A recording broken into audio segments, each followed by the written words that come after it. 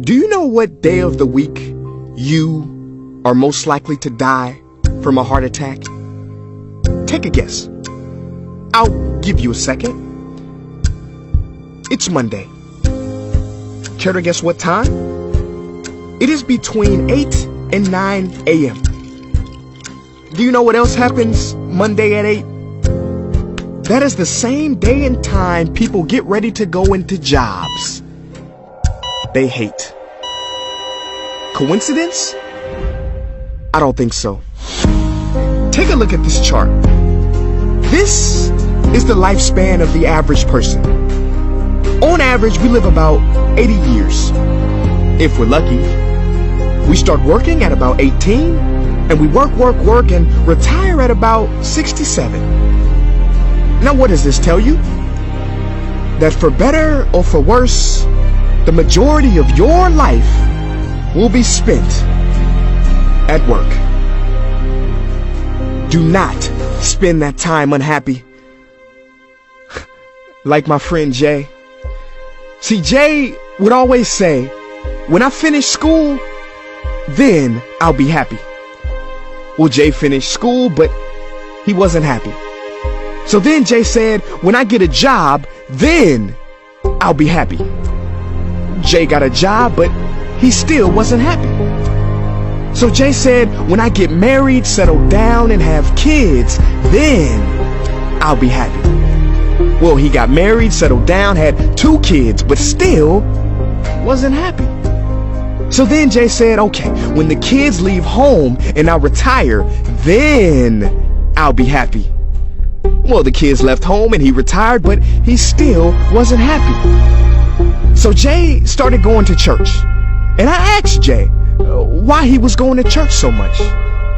And he said, because when I die, then I'll be happy. Jay's story, however sad, is not unique. I could have replaced Jay with Johnny or Bonnie. In fact, Jay's initials stand for just about everybody. Many of us are like Jay, but it is not our fault. We have been tricked to stay stuck in jobs that are literally making us sick, and to be and then people. You know about the and then people, right? It is people who constantly say, and then I'll be happy. Ladies and gentlemen, we must go from living as and thens to becoming right nows. We have to be happy right now. How? We must either find a job we love or bring more love into our jobs. It is time to step out of the rat race. Because the funny thing is, even if you win, make a load of money, hold up the trophy that everybody hails, you're still a furry rodent with a pointy nose and long tail. Wake up. Stop playing with your life. This ain't a video game. This ain't Mario Kart. This ain't Fortnite. There is no try again button, no option to redo this level. When the game's over, game's over. But there is one cheat code to the human console, and that is to take control and to stop buying into the lies society has told, like how overworking is cool and being stressed out is a status symbol.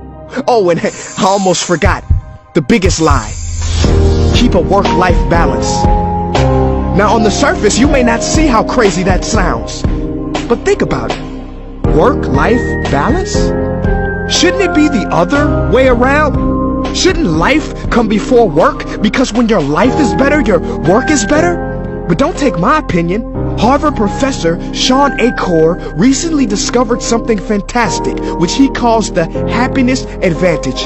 His studies prove that 75% of job success can be predicted by not how smart you are, not how talented you are, but how happy you are. His research is decisive. He says when you're happy, your intelligence rises, creativity rises, your productivity rises.